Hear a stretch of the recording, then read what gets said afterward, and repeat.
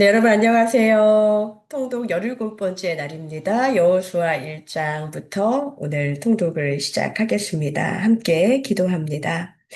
하나님 감사합니다. 성경 볼 수 있는 힘과 지혜와 건강을 허락해 주셔서 지금까지 오게 해 주신 하나님께 감사드립니다. 계속 잘 읽게 도와주세요. 끝까지 이 통독의 대열에서 하나님과 함께 동행하게 도와주세요. 예수님 이름으로 기도합니다. 아멘. 네, 여러분 벌써 17번째 날입니다. 여호수아 1장에서 12장까지. 우리 여호수아는 이제 시대적으로 보면 정복 시대로 볼 수 있습니다. 대강의 연대가 기원전 1305년에서 1390년, 여호수아가 죽는 날까지 정도로 그렇게 생각을 하고 있습니다. 우리가 이 시기에 대해서도 많이 이야기를 나눴었죠. 창세기의 원역사, 창조 시대, 그리고 족장 시대, 그쵸? 출애굽기와 레위기는 출애굽 시대. 그리고 우리가 어제까지 읽었던 민수기와 신명기는 뭐죠? 광야 시대. 그리고 이제 여호수아가 이제 본격적인 정복 시대가 되겠습니다. 여호수아를 두 개의 단어로 생각해 본다면 하나는 정복이고 하나는 정착이죠. 네, 정복과 정착인데 오늘 우리가 읽은 본문은 정착이 아닌 정복에 대한 본문이고 내일부터는 정착에 대한 본문을 읽겠습니다.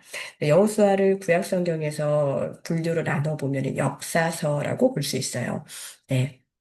역사서가 여호수아, 사사기, 룻기, 사무엘상하, 열왕기상하, 역대상하, 에스라, 느헤미야, 에스더까지 그래서 구약의 역사서의 첫 번째 해당되는 책이 바로 여호수아서라고 볼 수 있겠습니다.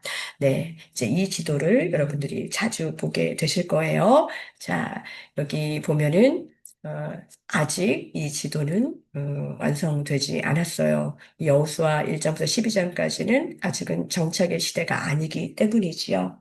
정복 시대이기 때문에 이제 내일부터 보게 될 것이 아마 이렇게 땅을 분배하는 이 정착의 시대에 이 지도가 적용이 될 것입니다. 여러분들이 보셔야 될 것이 제가 이렇게 파란색으로 표시된 부분들이 있는데요. 그것이 바로 여호수아 1장에서 여호와께서 여호수아에게 약속하신 땅의 경계를 말해 주는 거예요. 그래서 그 네게브 남방의 광야까지 했을 때, 그 시내까지라고 했거든요. 그래서 시내가 그 시내산, 시내광야 말하는 거잖아요. 우리가 이전에 그러니까 출애굽기와 민수기 때 봤던 주로 봤던 지도에 보면은 이것보다 훨씬 남쪽의 광야와 또 어, 시내가 있잖아요. 부일라인 기억나시죠? 그래서 지금 화살표를 조금 더 많이 내려가야 되기 때문에 이 지도보다 훨씬 넓어요. 마찬가지로 저쪽 큰 강 유브라데도 훨씬 더 북서쪽에 있습니다. 그래서 이 대해가 지중해잖아요. 대해와 레바논산, 이쪽의 경계는 비슷한데 더 퍼져나가게 된다는 거. 그러니까 아직 이 약속의 경계가 완전히 정복된 것은 아니라는 것을 여러분 여호수아에서 다 끝난 게 아니에요. 그래서 여호수아 시대에서 이제 그러면 언제까지 기다려야 될까? 나중에 사무엘 그 왕정 시대에 보면은요. 사무엘하 8장에 또 열왕기상 4장에 보면은 다윗의 정복 기사와 솔로몬의 통치 범위에서 이제 유브라데까지 이런 이야기가 나옵니다. 그러니까 여호수아 시대의 정복이 다 끝난 건 아니고 하나님이 약속을 안 지키셨나? 그게 아니라 계속 약속을 이어가시는 하나님을 보시면 좋겠고요. 그러면서 이 여호수아 때 거점이 확보됐고 왕정의 이 전성기 때 때로는 주변국을 제압하기도 하고 조공을 받으면서 그 영향권 안에서 크게 확장이 됐다는 거, 그것을 생각하시면서, 이 글을 보시면 되겠습니다. 그리고 제가 발바닥을 이야기한 건요, 여호수아 1장에 이 말씀 있잖아요. 음, 내가 모세에게 말한 바와 같이 너희 발바닥으로 밟는 모든 곳은 모두 내가 너희에게 주었노니, 발바닥으로 밟는 모든 곳을 이렇게 하나님이 주신 이것을 보시면서, 우리의 수고, 신앙의 여정이 결코 헛된 것이 아니라는 거. 말씀 보면서 1장부터 통독이 아니라 자꾸 정독하게 되고 묵상하게 돼서 오늘은 진도가 잘 안 나갔어요. 네. 그래서 1장에서부터 5장까지는 제가 일부러 오른쪽에 놨어요. 왜냐하면 이 가운데 있는 강이 뭐예요? 네, 요단강이고, 아직 요단강을 건너지 않고 정복을 준비하고 또 요단강 건넜어도 그 언저리에 여리고 길갈. 네, 여기 우리가 주로 본 그 1장부터 5장까지의 지명입니다. 뭐, 확인을 하셨으면 좋겠고요. 그리고 이 시팀에서 여리고 정탐꾼 보냈기 때문에 아벨 시팀은 아직 이 요단강 건너기 전입니다. 그래서 이 부분을 한번 보시면서 정복 준비를 어떻게 했는지. 네. 6장부터는 이제 여리고 점령이잖아요. 근데 1장부터 5장까지는 여호수아에게 여호와께서 오직 강하고 극히 담대히 그냥 강하고 담대히가 아니라 극히 담대히 하라라는 말이 나옵니다. 그래서 우로나 좌로나 치우치지 말라라는 말씀을 하고 계시죠.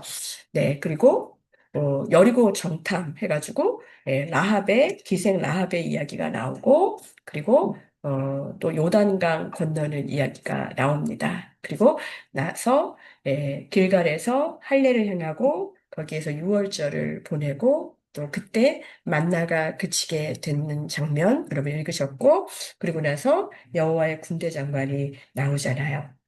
자, 그때 우리가 조금 더 봐야 될 부분들, 여러분이 읽으셨던 라합의 이야기를 조금 더 자세하게 생각을 해보셨으면 좋겠습니다. 강하고 담대하라고, 그리고 그냥 강하고 담대한 게 아니라 율법책을 주야로 묵상하라고 했잖아요. 그러니까 여호수아에게 여호와께서 주신 그 전술은 무엇이냐? 정복을 하려면 마음이 강하고 담대해야 되고, 그리고 그것을 위해서 율법을 지하로 묵상해야 된다. 체력 단련을 해라가 아니에요. 정복 전쟁의 핵심 전략은 강하고 담대하고 율법책을 주야로 묵상하는 것입니다. 그 1장의 내용을 머리에 담고 그리고 나서 라합의 이야기로 넘어가게 되는 거지요. 여리고 정탐꾼 2명을 시딤에서 파송했습니다. 그때 정탐꾼들이 성벽 근처에 있는 라하벳에 들어가서 숨게 되지요. 근데 이미 이스라엘이 얼마나 강한지 이쪽에 왔다는 이야기를 듣고 여리고 왕이 소문 듣고 추격자를 보냅니다. 그때 라합이 도와줘요. 정탐꾼들을 숨겨주고 추격자들에게 다른 길로 갔다고 말해서 시간을 벌게 해지요. 여기에서 이제 정복을 하기 위해서는 군사력만이 아니라 이미 그 땅에 하나님에 대해서 알고 있는 사람들이 어떻게 도와주고 어떻게 그 땅 백성들이 마음이 흔들어지고 있는지 그것을 알 수 있습니다. 라합이 이미 여호와께서 이 땅을 너에게 주실 줄 안다라고 그렇게 얘기하면서 우리가 너희를 두려워한다라고 그렇게 고백합니다. 그리고 네. 오늘 처음 보는 사람들이에요. 그런데 자기와 가족들 살려달라고 그렇게 이야기하잖아요. 그때 정탐꾼들이 조건을 정하고 라합과 약속하지요. 네, 라합의 집 창문에 붉은 줄을 매달아서 나중에 구별될 표로 남기면 그것이 있는 곳은 우리가 공격하지 않겠다. 그리고 나중에 여리고 멸망 때에 그 라합과 가족들이 구출을 받게 되고 여리고가 무너질 때 예, 거기만 살아남게 되죠. 그 이후 라합과 그 가족들 어떻게 됐을까요? 이스라엘 안에 정착하게 됩니다. 그래서 이 여호수아서에서 라합에 대해서 오늘까지 이스라엘 중에 거주한다. 그렇게 기록을 하죠. 공동체 안으로 편입된 거예요. 자, 단지 그냥 목숨만 부지한 게 아니라 이스라엘의 공동체 안으로 들어갔다는 얘기는 뭐예요? 하나님의 백성이 됐다는 얘기잖아요. 그래서 나중에 신약 성경에 히브리서에도 나오고 야고보서에도 나오고 마태복음에도 라합이라는 이름이 나와요. 어떻게요? 예수님의 족보에 나오잖아요. 보아스의 어머니로 등장해서 다윗과 예수님의 계보에 나오는 그냥 편입된 게 아니에요. 진짜 공동체 안으로 들어가서 믿음의 계보를 시작하게 하는 그런 사람으로 라합이 자리매김합니다. 여기서 보셔야 될 것은 이스라엘 그 막 같이 여리고 요단강을 건너고 여리고 같이 돌아가지고 정복한 사람들 말고 그 땅에서 만나서 편입된 하나님의 사람들, 네, 그 사람들이 또 어떻게 하나님이 붙잡고 계신지, 하나님 말씀을 이미 듣고 그를 신뢰하는 사람들은 네, 하나님의 원래 혈통적으로 그 백성이 아니어도 지키시고 또 더 강하게 붙들어 주시고 또 역사에 남게 하시는 것이 라합의 이야기 속에서 남게 되는 일이지요. 네. 그러면서 요단강 건너잖아요. 제가 이 그림 한번 보여드리고 싶었어요. 네. 벤자민 웨스트라는 사람이 그린 1800년대 그림인데요. 네. 요단강 건너는 이야기. 음.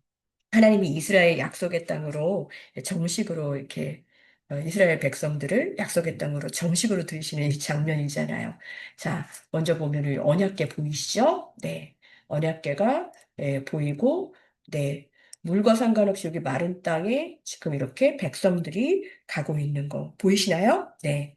하나님이 물길을 멈추게 하시죠. 어떻게 했을 때 언약궤가 딱 앞장서서 제사장들이 강에 발을 딛자마자 하나님이 물길을 멈추게 하세요. 그러면서 모든 백성들이 마른 땅으로 건너게 됩니다. 그리고 돌 12개를 거기서 가져와서 길갈에 세우지요. 그때 다음 세대들이 이게 무슨 뜻이냐 물을 때 이 이야기를 해라 하면서 하나님 하신 일을 기억하게 하라는 당부까지 하시는 거, 이게 3장에서 4장과 5장까지 이어지는 이야기입니다. 어, 근데 이 말씀을 볼 때요. 어, 3장에 보면은요, 요단강을 건너는 이 시기가요, 요단강이 굉장히 물이 많을 때라고 나와요. 곡식 거두는 시기에는 항상 언덕에 넘치더라 라는 말씀이 여호수아 3장 15절에 나오는데요. 그 말을 읽으셨을 때 요단강 수위가 평소보다 높고 물살이 세다라는 말이에요. 한마디로 사람의 힘으로는 건너기 어렵다는 거예요. 예, 홍수, 네, 날 수 있고 범람할 수 있는 그런 시기라는 것입니다. 근데 우리가 여기에서 봐야 될 건 뭐예요? 예. 마음을 강하게 하고 담대하고 우로나 자로나 치우치지 말고 율법을 취하로 묵상하면서 얻은 결론은 뭐예요? 물이 많아도 하나님은 이것을 건너게 하신다. 하나님께서 길을 여신다. 그 땅을 정복하신다라는 거예요. 그래서 제사장들이 언약궤를 메고 요단에 발을 딱 디디자마자 요단 가운데 마른 땅에 서게 되고 그들이 버티게 제사장들은 요단 가운데서 서서 이제 계속 있습니다. 네. 아무리 땅이 말랐어도 이거 계속 그 많은 사람들이 건너갈 때까지 이거 들고 있어야 되면 막 덜덜덜 떨리지 않았을까요? 네. 이 그림이 물이 있는 거 보니까 처음 시작인가? 모르겠어요. 마른 땅이 보여야 되는데 말이에요. 그 다음에 백성이 전부 건넌 뒤에도 언약궤가 가운데 있어요. 그래서 온 이스라엘 땅, 이스라엘이 마른 땅으로 건너기를 마치기까지 제사장들이 계속 요단 가운데 서 있다. 보통은 언약궤가 제일 먼저 가고 다 따라가는데 여기에는 제사장들이 언약궤를 계속 가지고 있죠. 그러면서 다 건넌 다음에 여호수아가 제사장들을 나오게 하고 제사장들이 강에서 올라오자마자 물이 다시 흐르게 됩니다. 어, 여기서 보면은요, 그 당시에 여기 있는 사람들 뭘 하고 있나 제가 이렇게 좀 유심히 봤는데 아닐 수도 있어요. 근데 이게 그 길갈에서 그돌 12개 이렇게 하기 위해서 요단에서 돌 12개를 취하라고 그랬잖아요. 우리 12지파에 한 사람씩 가지고 나오라고. 그래서 지금 돌 찾는 모습이 아닌가 그런 생각을 해봤어요. 그래서 여호수아 3장과 4장의 흐름을 이렇게 이해하시면 될 것 같아요. 그러니까 여러분들이 이것을 보실 때요. 언약궤가 들어가서 물이 멈췄고 제사장이 요단 가운데 서 있었고 백성들이 건너고 그 시간 동안에 12명이 돌 12개를 취했고 백성들이 다 건너가고 언약궤가 마지막으로 나왔고 그리고 나서 물이 다시 흐르게 되었다. 이 흐름을 보면 되겠고요. 그때가 그달 첫째 달 10일. 네, 이제 백성이 길갈에 진치게 됐죠. 이제 6월절이 며칠 안 남은 거예요. 그리고 길갈에 12돌을 세웠을 때 이것이 무엇이냐? 후일에 자손들이 묻거든 어떻게 해요? 이것을 잘 설명해라 라고 그렇게 몇 가지 교육의 표지로 삼으라고 하나님이 이런 것까지 다 알려주셨어요. 하나님은 교육에 확실히 관심이 많으신 분이에요. 여러분, 여러분 안에도 이런 그림 같은 장면들, 요즘 사진 많이 찍으시잖아요? 그러면 그냥, 그냥 여기 갔었어, 저기 갔었어, 이런 거 말고요. 하나님이 나와 함께 하셨던 그 약속의, 진짜 언약의 장면들, 나를 약속을 이루어주신 그 장면, 네, 그런 장면들을 이렇게 기록에 남기면서 후일에 너희 자손들이 무슨 뜻이냐 묻거든. 하나님이 이렇게 함께 하셨어. 이렇게 나눠주시면 어떨까요? 저도 우리 자녀들이 뭐 심장수술도 했었고 교통사고 났었을 때 일부러 사진을 더 찍었어요. 하나님이 너희들을 어떻게 인도하셨는지 알려주기 위해서. 네, 그리고 가장 강제로 보여주는 것은 결혼 사진이죠. 네. 여러분, 후일의 자손들에게 꼭 할 수 있는 말이 있었으면 좋겠습니다. 이것은, 그냥 비단 내 그 몸으로는 생물학적 자녀들만을 말하는 게 아니에요. 이 땅에 여러분이 함께 복음을 나눌 사람들에게 대답할 것을 준비할 수 있는 여러분의 각자의 간증이 있기를 간절히 바란다는 것입니다. 그래서 이 언약계 중심으로 걸어가는 이 요단강을 건넜다는 거, 뭘 말하는 거죠? 네, 전쟁의 주체가 네, 하나님이라는 거예요. 그쵸? 그리고 아까 말했지만 이렇게 하고 나서 길갈에서 진치고 나서 어, 이제 12돌도 올려놓고 하고 가장 그 다음에 했던 게 뭐예요? 할례를 했어요. 돌아다니면서는 외과적 수술을 할 수 없었어요. 광야 시대 때는. 그러니까 이제 전쟁을 앞두고 예, 전쟁을 앞두고 수술하는 것도 참 쉽지 않은 일이에요. 그런데 뭘 해야 되죠? 하나님의 전략을 알려주는 거잖아요. 예, 여호와의 하나님의 백성의 정체성을 회복하기 위해서 할례를 행합니다. 할례를 하고 그리고 나서 네, 6월절을 또 지나게 되지요. 그리고 나서 더 이상은 이제는 떠돌아다니는 출애굽 또 광야 시대가 아니기 때문에 이제 이 땅을 너에게 줘서 친히 그 땅에 정복하게 하겠다는 그래서 그 만나가 그치는 이야기 그리고 그 땅의 소산을 먹는 이야기가 나오게 됩니다. 여러분들이 이것을 보시면서 이 5장에 보면은 그 일이 있고 나서 여호와의 군대 대장이 나오는 장면을 보셨을 거예요. 그냥 저도 이 구스타프 도레의 이그 그림이 유명하다고 해서 여러분 한번 보여드리는데요. 이 그림 제가 이번에는 그림 보느라고 굉장히 이 강의 준비가 좀 늦어진 것도 있어요. 왜냐면 이분이 갑자기 왜 나타났을까 생각했는데 요 시점이 어느 시점이냐? 네, 여리고성 전투를 앞둔 시점이에요. 그쵸? 그러면서 하나님의 방식으로 전쟁의 방식을 바꾸기 위해서 일하고 계신 하나님을 봐야 됩니다.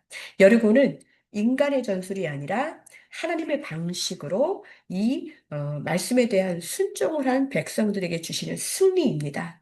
그러니까 군대 대장이 먼저 그것을 순포하면서 이제 자신의 전술만 잘 따라오라고 하나님이 친히 이 싸움의 주인이 되어 주실 거라는 것을 보여주는 거예요. 백성들이 지금 다 그 앞에서 네, 절하고 있고 막 두려워하는 그런 모습들이 보이잖아요. 그러니까 이스라엘이 먼저 막 칼로 싸우고 그렇게 싸우는 거. 막 예전에 가데스 바네아에서 정탐꾼들은 아낙 자손 네피림의 후예들 커다란 사람들 보면서 우리는 핑계가 너무 많아 못 싸울 핑계를 너무 많이 댔지만 하나님은 그렇게 싸우시겠다 하신 게 아니에요. 칼로 먼저 싸워서가 아니라 하나님이 생각하시고 또 계획하신 그 전술대로 그 성을 허물게 해주시겠다. 그러면서 여호와의 군대 장관을 먼저 나타나게 해주신 거죠. 하나님의 전투 방법을 지시하셨을 때 너희가 이렇게 하라라고 그러면서 그들에게 있어서의 가장 최대의 전술은 뭐예요? 무조건 순종하자. 순종이었어요. 전술이 아니라 순종이었다는 거예요. 자, 여리고성 어떻게 무너뜨렸나요? 네. 여리고성이 이제 그 요단강을 건너가지고 가나안 땅 요단 서편에서 이루었던 첫 번째 승리잖아요. 어떻게 무너뜨렸나요? 네, 제가 이 굉장히 고전적인 그 교회에 그 전해져 오는 그 조크가 있는데요. 어떤 목사님이 그 교회에 부임해서 이 교회의 성경 지식 수준이 어느 정도 되는지 궁금했대요. 그래서 그 교회 장로님한테 장로님 저기 여리고성은 누가 무너뜨렸나요? 이렇게 물어봤대요. 그랬더니 장로님이 당황을 하시면서 한참 있다가 그렇게 말씀하셨대요. 목사님 제가 안 그랬는데요. 네, 웃기죠? 네, 여리고성 여러분들이 무너뜨린 거 아니에요. 네, 하나님이 이스라엘 백성들을 순종하게 함으로 무너뜨렸어요. 어떻게 무너뜨렸을까요? 매일 성을 한 번씩 돌게 하죠. 며칠 동안? 네, 6일 동안 돌게 하시고 일곱 번째 날에는 또 다른 방법으로 6일 동안은 어떻게 해요? 군사들이 앞에서 행진하고 제사장들이 나팔을 불면서 그렇게 걷고 언약궤가 그 가운데 따라가고 그리고 백성은 얘기하지 않고 조용히 돌아요. 한 바퀴 돌아요. 6일까지는. 그러다가 일곱 번째에는 일곱 바퀴를 돌잖아요. 같은 방식으로 그렇게 하면서 나중에 그 소리 지르지 않았던 얘기하지 않았던 그 힘을 다 모아서 제사장들은 길게 나팔을 불고 백성들이 함성을 고함을 치고 나면은 성벽이 무너지게 되죠. 야, 여호와의 군대 대장이 했던 전술이에요. 그러면서 무슨 이런 전쟁이 다 있나 이러지 않고 순종하면서 그대로 하는 그 모습. 첫 승리가 이렇게 이루어졌다는 거예요. 올라가서 점령합니다. 그래서 그곳에서 기생 라합 아까 말한 것처럼 그렇게 라합의 집과 가정이 구원을 받게 되지요. 이때 하나님이 이스라엘 백성들에게 당부하신 게 있었어요. 뭐였죠? 아무것도 취하지 말라고 그랬거든요. 이것을 히브리어로 헤렘이라고 합니다. 개인이 물건을 가지면 안 돼요. 하나님께 완전히 바쳐서 사람의 소유를 삼지 못하게 하는 것입니다. 여리고는 처음이라는 의미가 되게 커요. 하나님께 처음 열매처럼 하나님께 바쳐진 성이라고 취급되어서 어떤 것도 개인이 갖지 않고 은금 동철 기구를 여호와의 곳간에 쌓아두라고 했죠. 그래서 이 개인 전리품을 몰래 취하면 큰 죄가 되는데 이 일이 있었어요? 없었어요? 네. 슬프게도 7장에서 여리고보다 더 작은 아이성을 점령하는데 실패하잖아요. 그러면서 어, 또 이스라엘 백성들, 여기서 우리 괜히 여기 와가지고서는 이 작은데도 실패했는데 우리 어떻게 하나 막 걱정하고 있을 때 알고 보니까 이 헤렘을 제대로 하지 못했어요. 전리품을 가질 수 없었던 그 여리고 전투에서 누가 아간이 막 시날산의 아름다운 외투까지 그리고 막 금과 은 해가지고선 어디다가 밑바닥에다 숨겼던 그것을 여러분들 땅바닥에다 숨겼던 것을 기억하실 거예요. 참, 이 공동체 안의 수문제가 얼마나 무서운지를 보여주고 있습니다. 첫 승리를 하자마자 또 실패하는. 그런데 하나님의 백성들이 지금 전투는 잘했어요. 근데 전투 이후에 해야 됐던 그 순종을 제대로 못한 거예요. 순종이 가장 중요한 전술이라고 했는데 말이에요. 그러면서 이 그 아간의 가족들까지 멸하게 되는 그런 아픈 일들이 일어나게 됩니다. 이러면서 승리의 흐름이 멈춰졌어요. 그러나 다시 회복 후, 여호수아 8장에서 아이성에서 이스라엘 백성들이 승리하게 되지요. 그러면서 신명기에 모세가 남겼던 너희는 그리심산과 에발산에 가서 축복과 저주를 하며 그 사람들 앞에서 이 율법을 낭독해라라는 거 기억하시죠? 신명기에 있었던 그 모세의 이야기가 이 여호수아 8장에서 이루어지는 겁니다. 저는 또 여기서 그대로 여호수아가 읽은 게 다시 한번 리뷰되면 여러분들 얼마나 읽으시면서 힘드실까 했는데 그냥 낭독했다는 말만 나와서 다행이라고 생각했어요. 네, 정복의 목적이 땅이라고만 생각했으면 지금 가서 빨리빨리 전쟁해야 돼도 모자랄 판국에 그런데 하나님의 방법은 그게 아니었어요. 내가 지금 빨리 땅을 정복하는 것보다 땅 정복하고 말씀으로 다지고, 다지고, 예, 땅 정복하고 순종하고 말씀 다지고 이게 중요한 거예요. 그래서 이 에발산에서 공동체가 다 같이 율법을 낭독한 것은 너무너무 중요한 사건입니다. 말씀 아래서 함께 사는 공동체에 대해서 하나님의 백성은 그래야 한다는 것입니다. 네, 여러분이 섬기시는 교회에 해야 될 일 너무나도 많죠. 선교도 해야 되고 구제도 해야 되고 교회 부흥도 해야 되고 우리 아야나 교회도 마찬가지입니다. 그러나 진짜 우리가 그것을 원하고 그 정복을 하기 위해서 해야 될 건 무엇이냐? 하나님이 가게 하시는 곳으로 방법으로 순종하고 거기에는 말씀이 꼭 들어가야 하는 것입니다. 여러분들 지금 우리 통독방에 52명, 52명의 성도님들이 계셔요. 네, 저희 교회보다 훨씬 더 많이 계시거든요. 자, 여러분의 교회 안에서 이 부분이 여러분들 때문에 더 펼쳐지기를 원합니다. 말씀 아래 사는 공동체를 위해서 여러분 한 분 한 분이 지금 말씀 훈련을 받고 계신 거예요.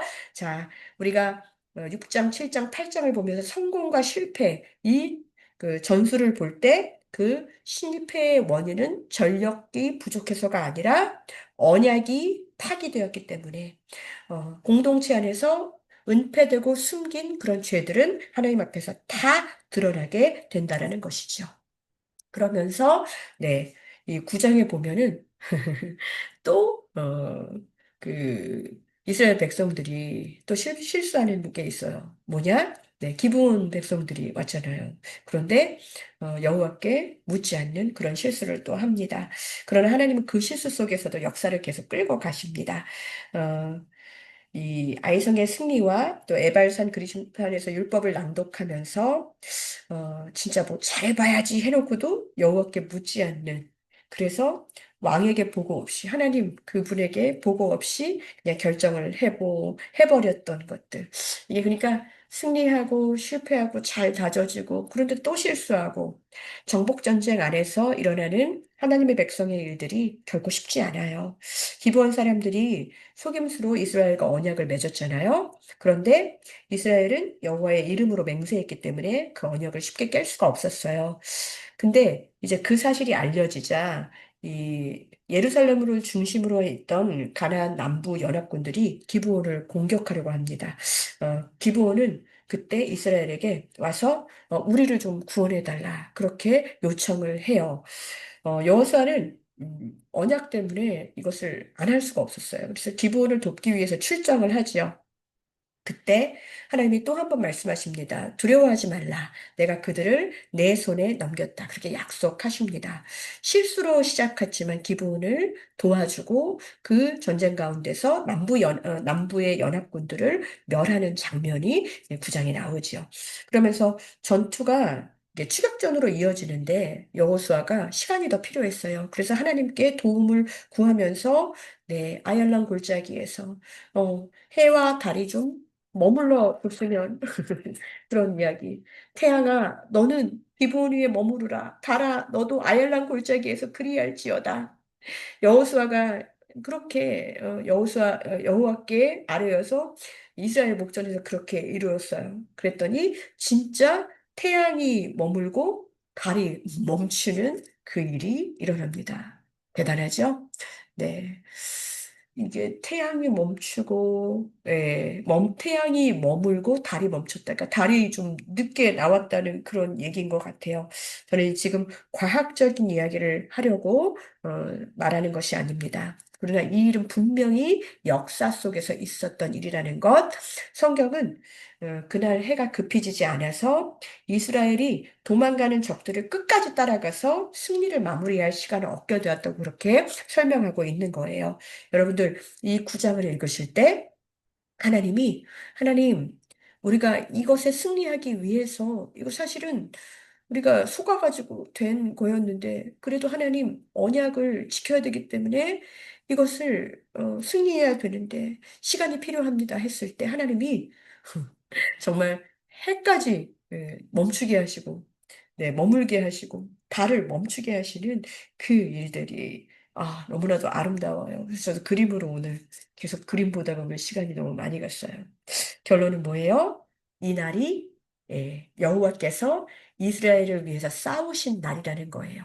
여호와의 군대 장관 군대대장 보시고요. 그리고 이 그림을 보시면서, 물론, 말씀으로 읽으셔야 돼요. 그런데 정말 봐야 될 거, 하나님께서 지금 이스라엘을 어떻게 돕고 계신지, 실수하는 하나님의 백성들을 어떻게 잘 가르치시고 도우시고 가게 하시는지, 네, 그것을 보셔야 됩니다. 그래서 이 10장에서 남부 연합군을 승리로, 남부 연합군을 승리로가 아니라 남부 연합군을 무찔러서 승리하는 그 장면이 10장에서 나오죠. 그리고 네, 이걸 조금 정리를 먼저 했으면 좋겠어요. 그러니까 우리가 아까 요단 동편에서 정복 준비했을 때, 그때 여호수아 1장부터 5장까지였다면 요단 서편에서 우리가 6장에서 8장까지 여리고, 아이성, 또 아간, 그리고 에발산, 여기까지 해서 중앙 전투가 끝났습니다. 그리고 조금 전에 우리가 읽었던 네, 남부 전투에서 태양이 머문 사건이 이 남쪽 기브온 거민들 예루살렘을 중심으로 해서 해가지고 나중에 막게달굴까지 요 남부 전투 이야기가 9장과 10장에 나오고요. 그리고 11장에 이제 북부 전투에서 하솔성까지 요단 서편의 땅들을 정복하는 이야기들이 쭉 나오고 있습니다. 그때 계속 어, 우리가 읽어야 되는 것은 뭐예요? 네. 두려워 말라, 강하고 담대하라. 계속 이 순종의 길을 간 이스라엘 백성들에게 하나님이 여호수아를 통해서 가게 하시고 승리하게 하셨다는 것을 계속 우리가 말씀 속에서 볼 수 있습니다. 자, 그런데 여기 12장을 보면 말이에요. 좀 넘어갈게요. 12장을 보면은 먼저 모세가 요단 동편에 정복한 왕들에 대한 이야기가 먼저 나와요. 여러분들 요단 동편 하면은 뭐 생각나시죠? 네, 르우벤, 갓, 므낫세 반지파. 뭐 했어요? 그들은 목축업을 하기 위해서 네, 여기 건너가는 것보다 이쪽에 더 좋다고 모세한테 얘기해서 그쪽에 짐치고 그쪽에서 생활의 터전을 시작했지요. 그래서 그들이 요단강 안 건너갔어요? 아니에요? 네, 싸울 사람들 다 건너가서 정복할 때까지 다 싸우겠다고 그렇게 약속하고, 그리고 나서 다 정복하고 나서 다시 오라고 그렇게 얘기했었잖아요. 그 바로 모세가 요단 동편에 정복한 왕들이 남쪽은 이만큼, 남쪽 땅은 아모리 왕 시온의 땅이었고, 북쪽 이만큼은 바사랑 옥의 땅이었잖아요. 그 이야기가 12장 첫 번째에 나옵니다. 그리고 네, 여호수아가 요단 서쪽에서 이긴 왕들이요, 무려 31명이나 된대요. 그게 12장의 내용의 말씀입니다. 오늘 이 말씀을 보시면서 여러분들 진짜 급하게 달려왔거든요. 그런데 이것을 생각하실 때 말씀이 앞서간다. 그쵸? 그리고 백성이 순종으로 따라간다. 그리고 하나님이 약속의 땅에 문을 여신다. 이게 공식이에요. 여호수아 정복 전쟁에 있어서 늘 말씀 언약궤가 먼저 가고 끝까지 책임지고 백성이 순종으로 따라가는 것. 다른 전술 없다고 했습니다. 이 순종, 율법을 잘 지켜 행하고 좌로나 우로나 치우치지 않는 것. 그래서 제가 오늘 이렇게 조금 오타가 있네요. 담다하라가 아니라 담대하라. 강하고 담대하라. 두려워하지 말라. 놀라지 말라. 이게 사실은 쭉 이어지는 여호수아 때만이 아니라 모든 말씀에 두려워하지 말라는 말이 굉장히 많이 나와요. 하나님을 정말 제대로 나의 구주로 모시고 나의 왕으로 모시기 위해서 해야 될 것은 강하고 담대하고 두려워하지 않는 것입니다. 그때 이 전쟁의 모든 결론은 뭐냐? 여호와께서 너희와 함께 하셨다입니다.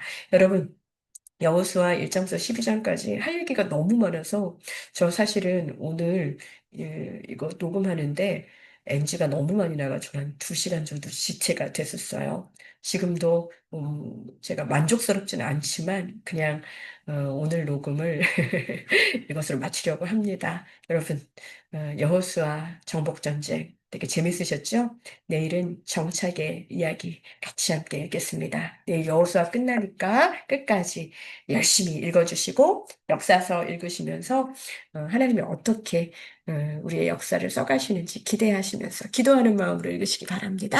네, 감사합니다. 네.